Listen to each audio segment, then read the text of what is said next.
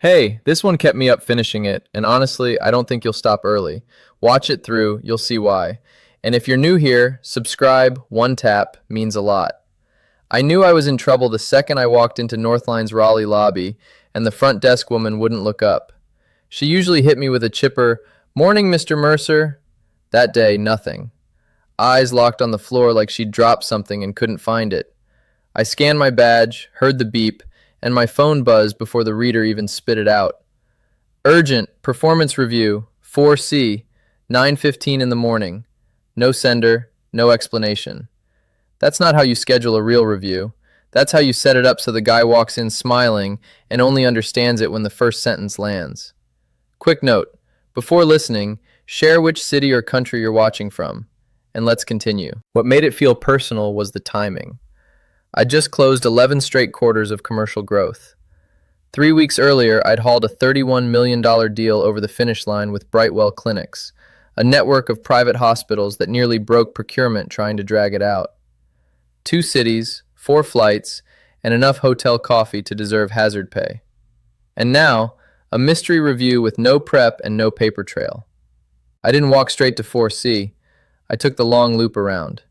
Not because I was nervous. I wanted to see who flinched. They flinched. People who used to wave acted like their phones had become radioactive. One manager I'd coached through his first promo ducked into a copy room like I had the flu. Another made eye contact and immediately pretended to cough.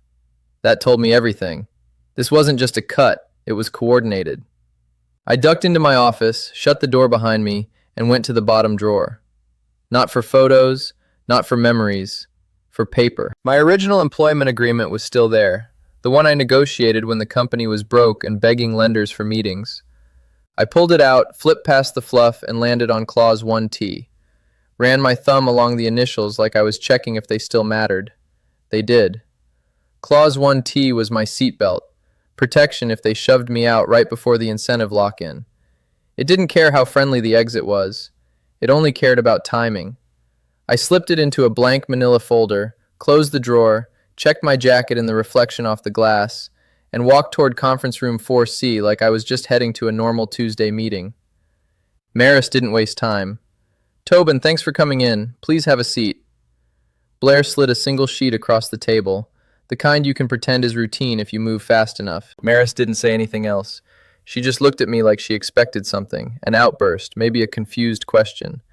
Instead, I stepped forward and picked up the paper in front of her. It wasn't even a full letter, just a single page, half a page of it white space, like they couldn't be bothered to make the execution look professional.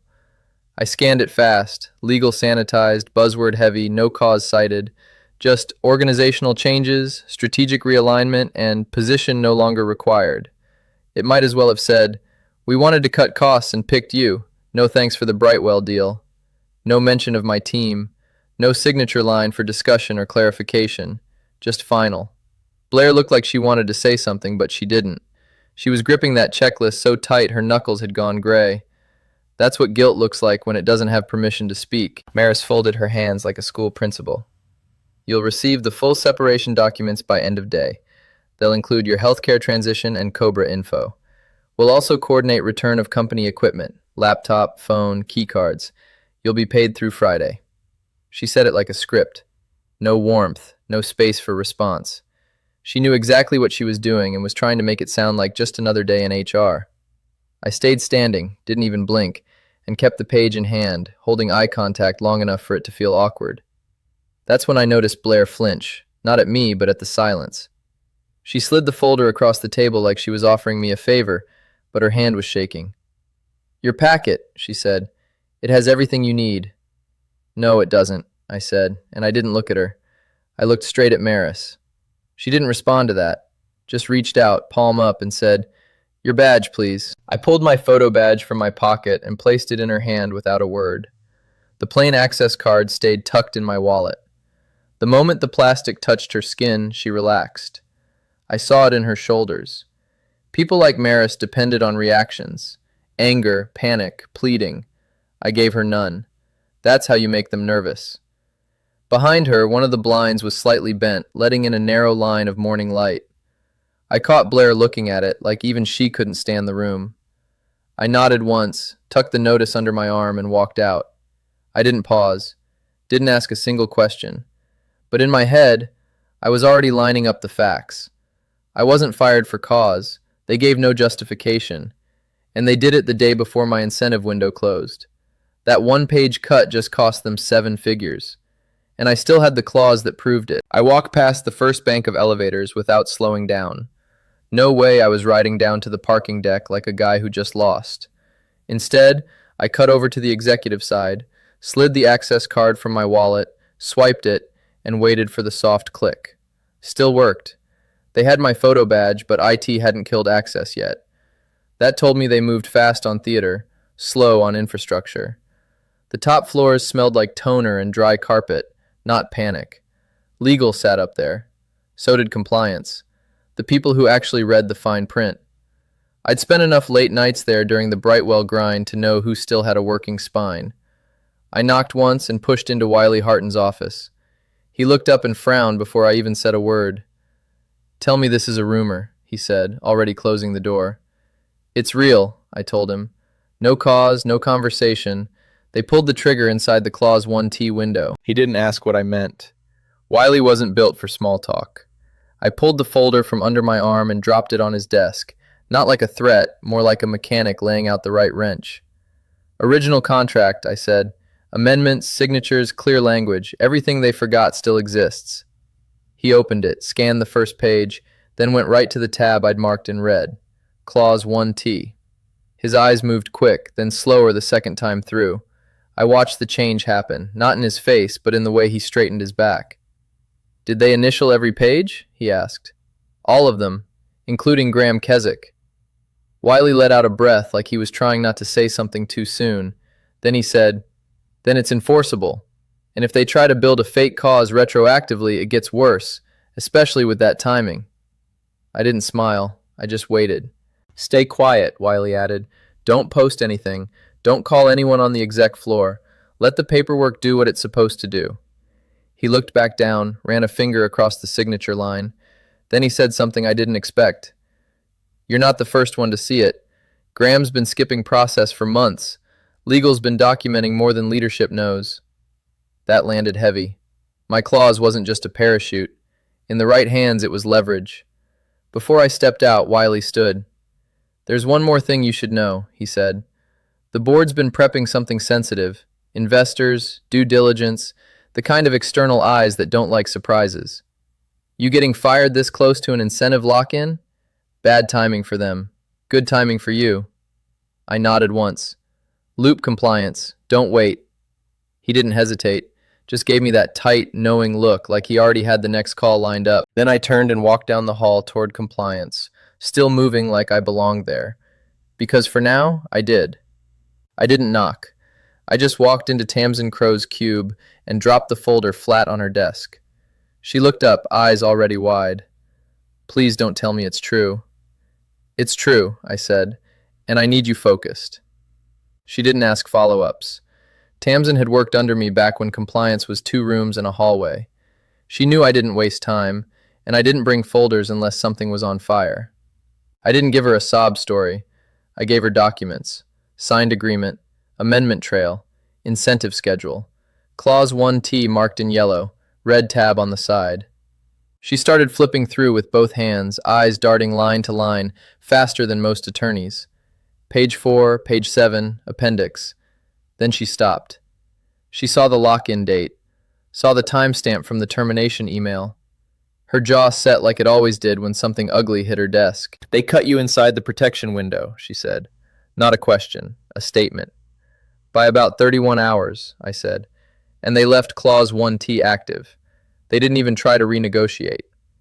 Tamsin asked, "Who approved this clause language?" "The board chair," I said. "Orson Drayton. He had it added when the company was circling the drain a few years back. Wanted me retained. He made sure the protection wasn't vague."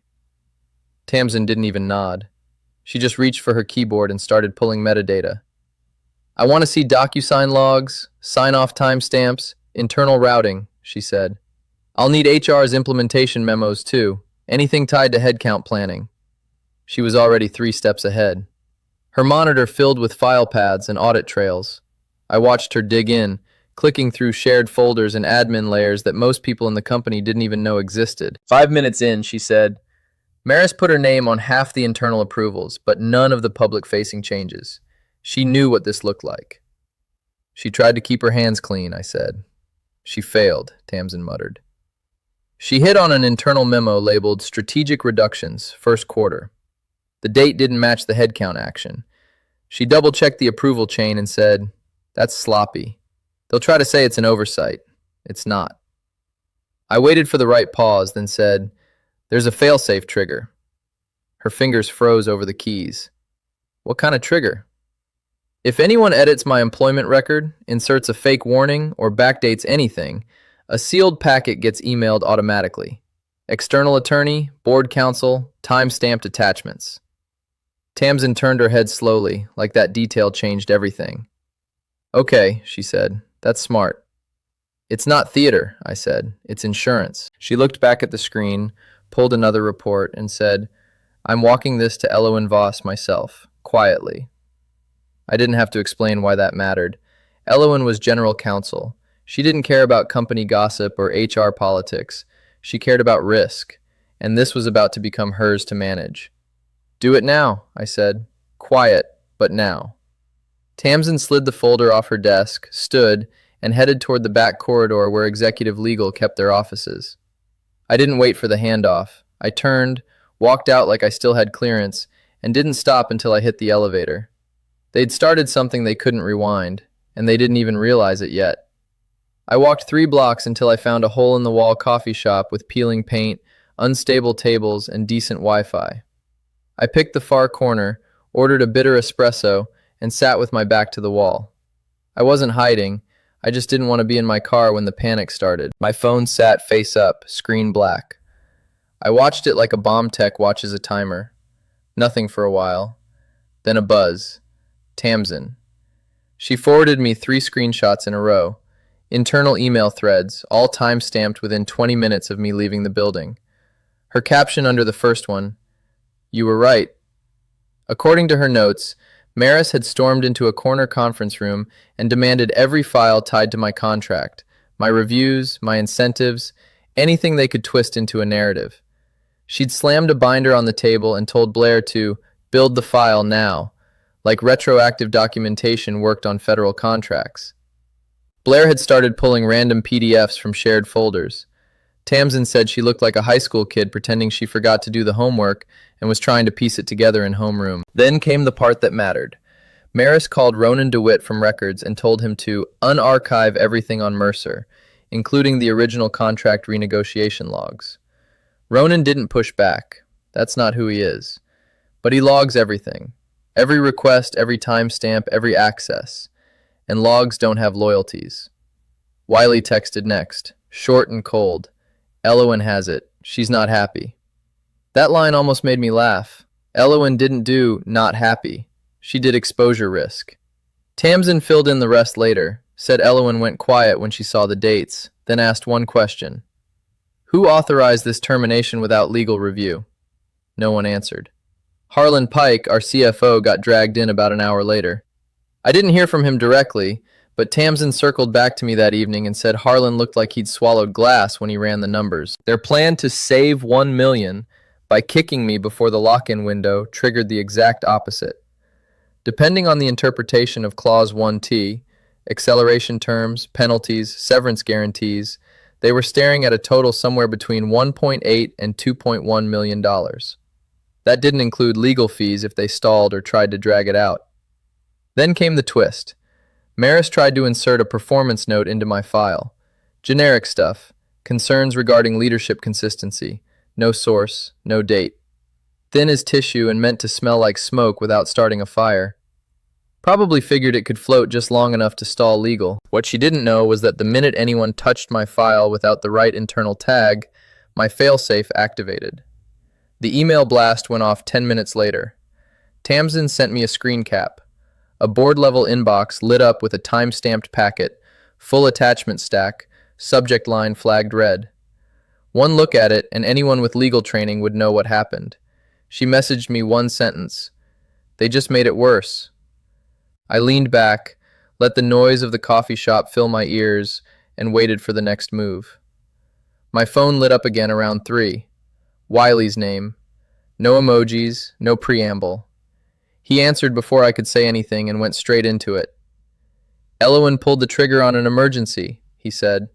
Leadership, legal, finance, anyone in her blast radius got dragged in. Meeting already started. I didn't say a word. I just listened.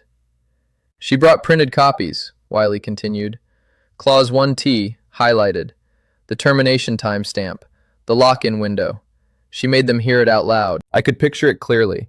Elowen Voss at the head of the glass conference table, heels planted, voice steady as she gutted every excuse in the room. Wiley had sat in enough of those sessions to know the rhythm. She'd slow the conversation down until nobody could talk their way out of it.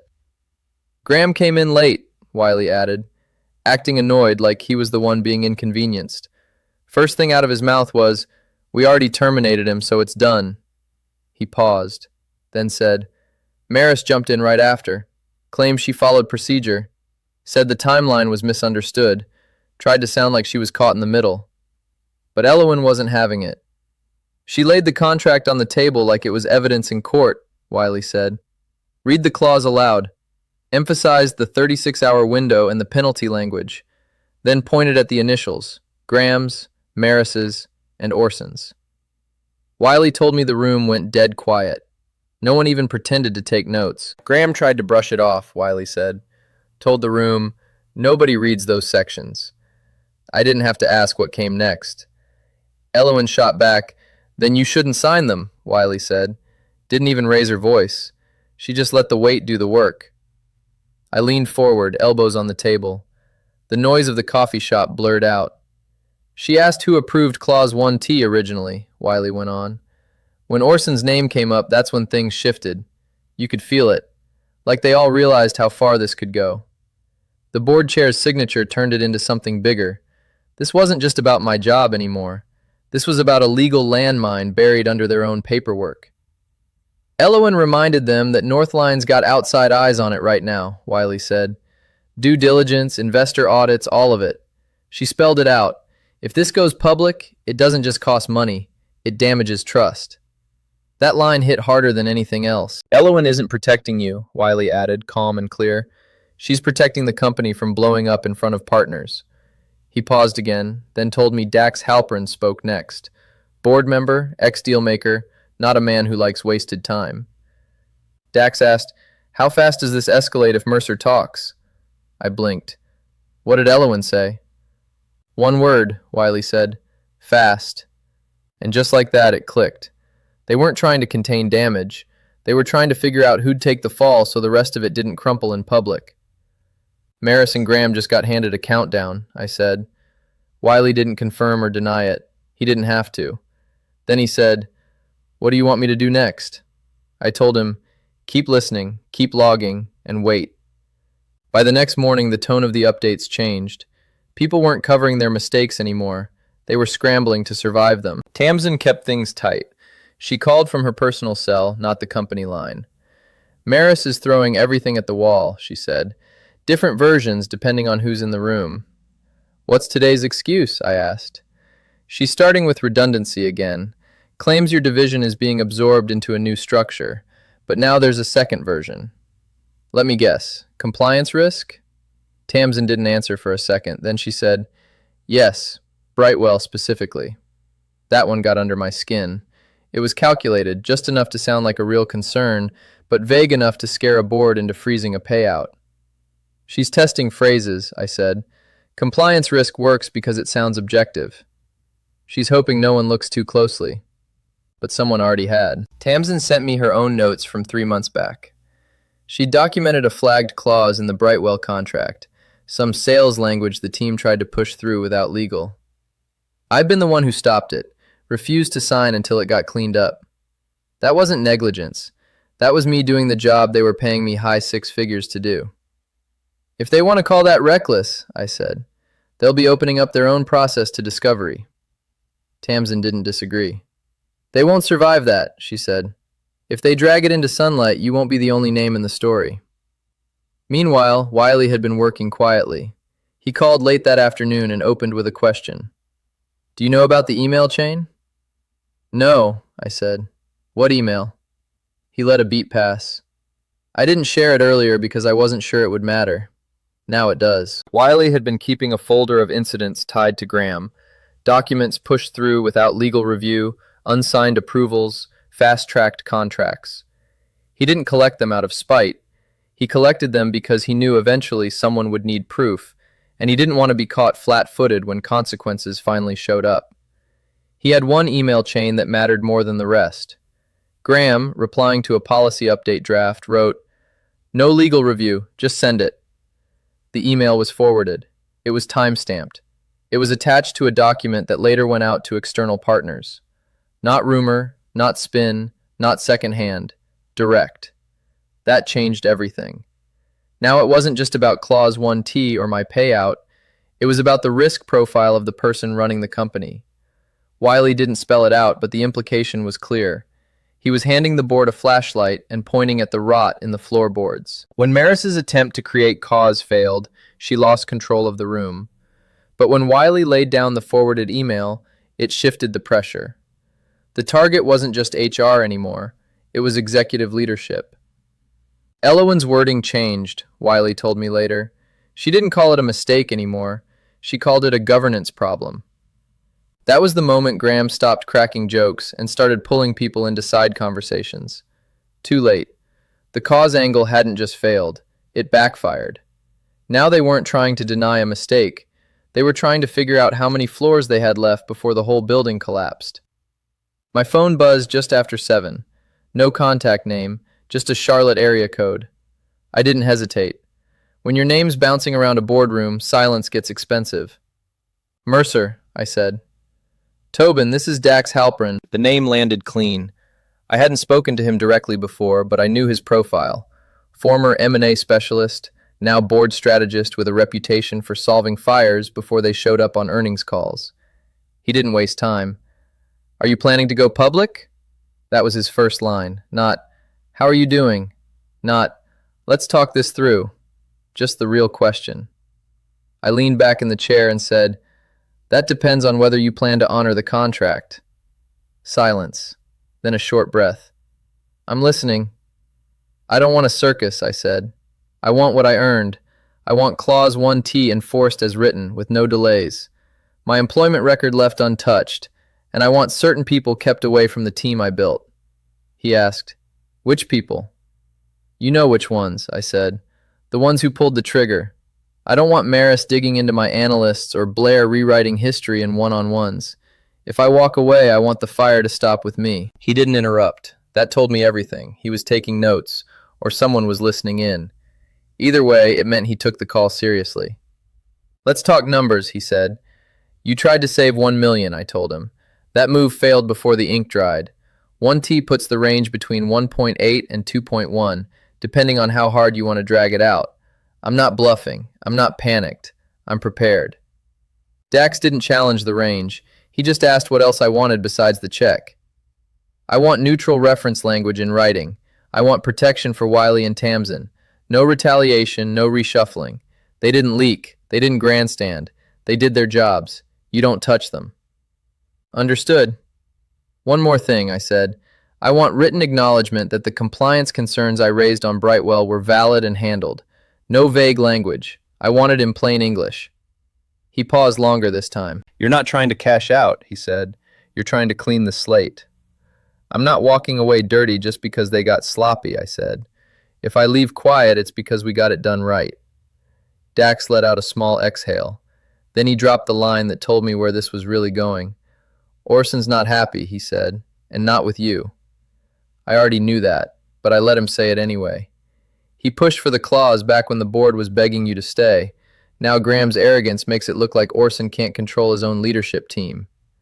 Dax didn't say the word removal. He didn't have to. What happens next? I asked. You'll hear from outside counsel, he said. If you don't, call me direct. Then he hung up. No handshake, no pleasantries, just business. And for the first time since I walked out of conference room 4C, I knew exactly how this was going to end. 2 business days later, my lawyer called me with a smile in his voice. "It landed," he said. "Outside counsel, not internal. That's a signal." I already knew what it meant. The board had moved around leadership. That only happens when someone upstairs loses trust in the people below. And based on who didn't send the packet, I knew who was getting cut out of the loop. The settlement came clean. No games, no vague promises. The payout was $1,942,000 even, plus fees up to a cap limit that covered every bill my attorney had tracked since the first call. Right in the middle of the projected range. They didn't try to lowball it. They wanted it done. They wanted it quiet. The NDA was in there, along with the usual non-disparagement clause. Standard language, but sharpened, probably Elowen's hand in the edits. Every word read like it had been pressure tested. This wasn't some rushed damage control document. It was a shield, but I didn't sign until we added one more layer. Protection for Wiley and Tamsin. My attorney fought for it hard. No demotion, no retribution, no delayed retaliation disguised as realignment. The board signed off faster than either of us expected. That told me the exits were already in motion, and they were clearing a path before more people got dragged under. After that, the updates started rolling in, unofficial but useful. Jory Klein pinged me on Signal. Kid sharp but still green, sat 2 desks away from where Maris used to hold her team huddles. He messaged, "Everyone's acting like a fire drill started and nobody knows where the stairs are." Desks cleared. Meetings disappeared from calendars. Director-level folks were walking the halls with those stiff, clipped expressions, the kind that only show up when you're trying not to be seen holding a box. Then came the fallout. Maris resigned to pursue other opportunities. The email didn't mention a replacement, which meant they weren't filling her role anytime soon. Blair got reassigned to something called internal project planning, basically a soft exile with no staff and no decision-making power. Tamsin called it the corporate basement. Finance stopped sending Harlan invites to cross-functional reviews. Wiley said his calendar thinned out overnight. In board language, that's what happens when someone becomes a liability you're still paying but don't want quoted. Then came the final line, the one that sealed the whole thing shut. Mickey Darden, Orson's longtime assistant, emailed my lawyer directly. No greeting, no signature flourish, just one sentence. "Board acknowledges receipt of your executed agreement. Chair requests closure." That was it. No warm words, no handshake, just the sense of it snapping shut behind me and behind them. A few weeks after the wire cleared, I found myself driving past Northline's building. I didn't slow down. I didn't pull into the lot. I just glanced over, long enough to remind myself it was real. Same mirrored glass, same badge readers, same revolving door spinning people in and out. The difference was, I wasn't one of them anymore, and they couldn't pretend I'd never been there. I never posted anything. No lessons learned thread, no cryptic quote about growth and resilience. I didn't need it. I stayed quiet in 4C for a reason, because when you've got timestamps and initials, noise is optional. But I did make one call, Jessa Rowland. She was in accounting before they gutted her team 2 quarters before me. Smart, steady, and too honest for her own good. She picked up on the second ring and didn't even try to hide the surprise in her voice. "I thought you were untouchable," she said. "Apparently not," I told her, "but I've got someone I want you to talk to." I connected her with a controller I trusted at a smaller medical firm in Asheville. They were expanding, needed someone sharp who wouldn't play dumb during audits. 2 weeks later, she had an offer. It wasn't charity, it was correction. Wiley stayed. So did Tamsin. Last I heard, Wiley was sitting in on meetings he used to get excluded from. He told me, "They don't run legal through Graham anymore. They come to me first." That was all I needed to know about how the power shifted. Tamsin said compliance got its first full headcount increase in over 5 years. She sounded tired but proud. "Feels like they finally realized process isn't the enemy," she told me. The only time I saw Graham again was at a MedTech networking event in Charlotte. He was working the room like always, same polished lines, same gold cufflinks. But when he spotted me, he didn't come over. Just nodded from across the floor like we were 2 strangers who'd read the same headline. I nodded back. That was enough. A few days later, Mickey Darden emailed me, one final line from Orson. Clause 1T served its purpose. That was it. No signature, no follow-up. But from a guy like Orson, that counted as an apology. I printed it and slid it into the back of the folder with my original agreement. Then I poured myself a coffee, opened a fresh notebook, and outlined my next move. Not revenge, not cleanup, just a new chapter, with my name at the top, my terms underneath, and no one else holding the pen. Hold up a second. If you've got the hype button, tap it right now so this story gets pushed to more people. Then please subscribe and hit like. It's one click and it helps us a lot. And tell me this, if your job tried to erase you tomorrow, would you stay quiet and let the paperwork win, or would you blow it up to protect your name? Drop a comment, even if it's just good story or your take.